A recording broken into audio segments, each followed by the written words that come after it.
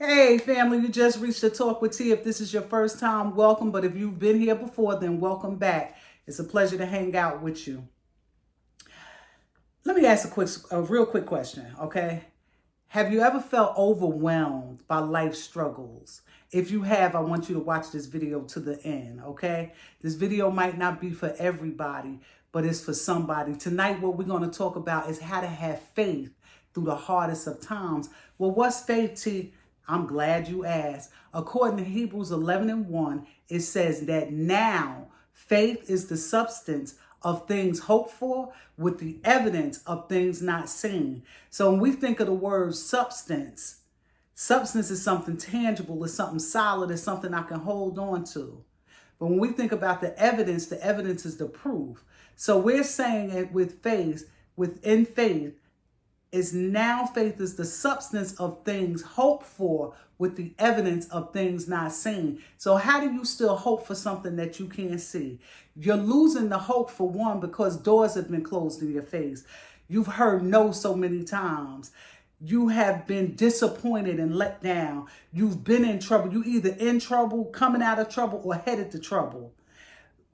But the evidence says I have to hold on to my belief that he's going to show up at any given point. Let me tell you something, whatever it is you're going through, that thing can turn around. There's no secret sauce. There's no formula. Well, the secret sauce is having faith. And what faith is for me, faith is me going through some of the worst times of my life and not throwing in the towel. Because once you throw in that towel, once you give up, once you just say, I've had enough, and you walk away from it, and you just so downtrodden, and you're just so disappointed, and you're just so hurt, and you just can't muster up the strength to go on. Once you give up, it's really over.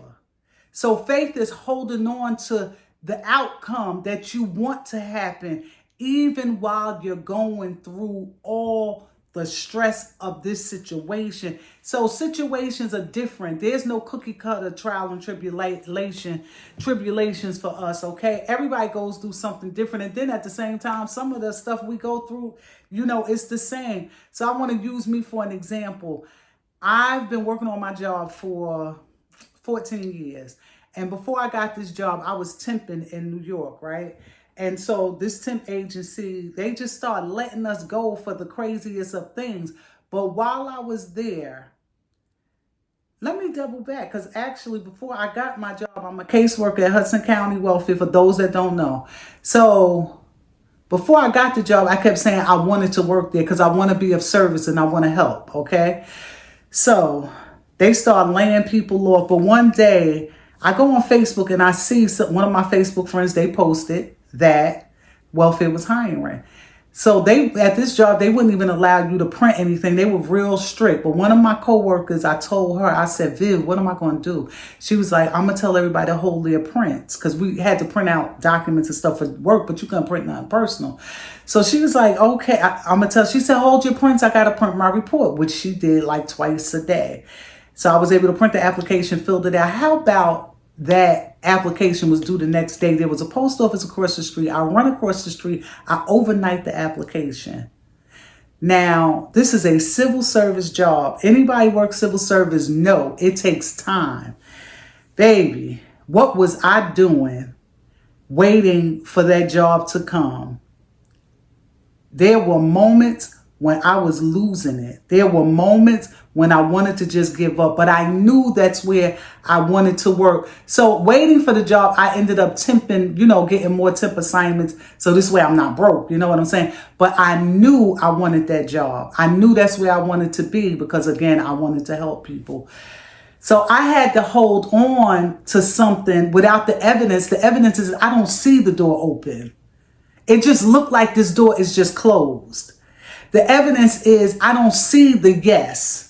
It just looked like I'm going to keep hearing no.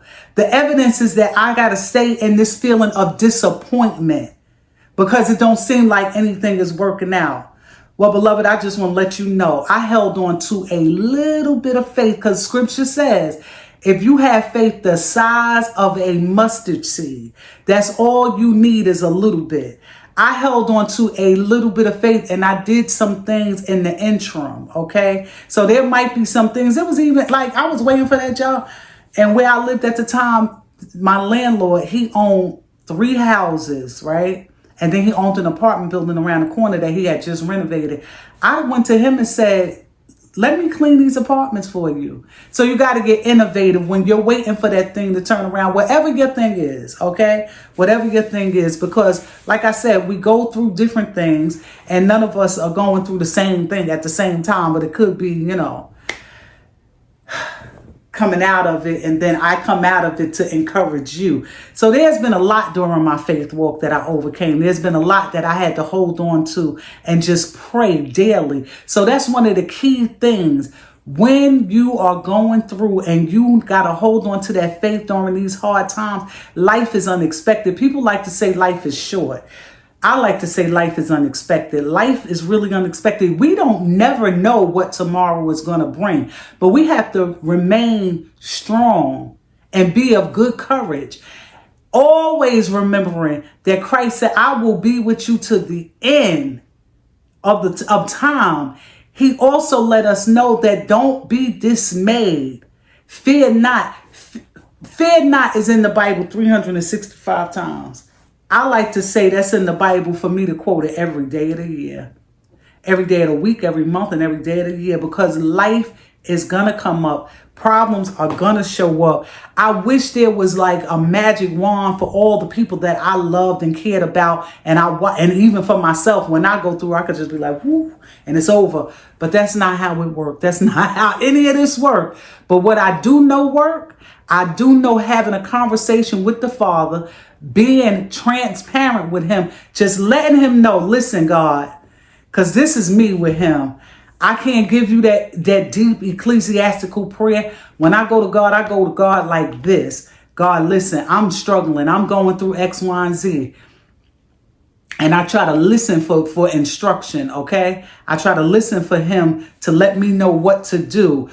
So I'm about to wrap this up. Don't want the videos long, but if you're struggling and you're having some hard times right now, I want you to get the scripture, Jeremiah 29:11, and just meditate on that. He says, I know the plans that I have for you.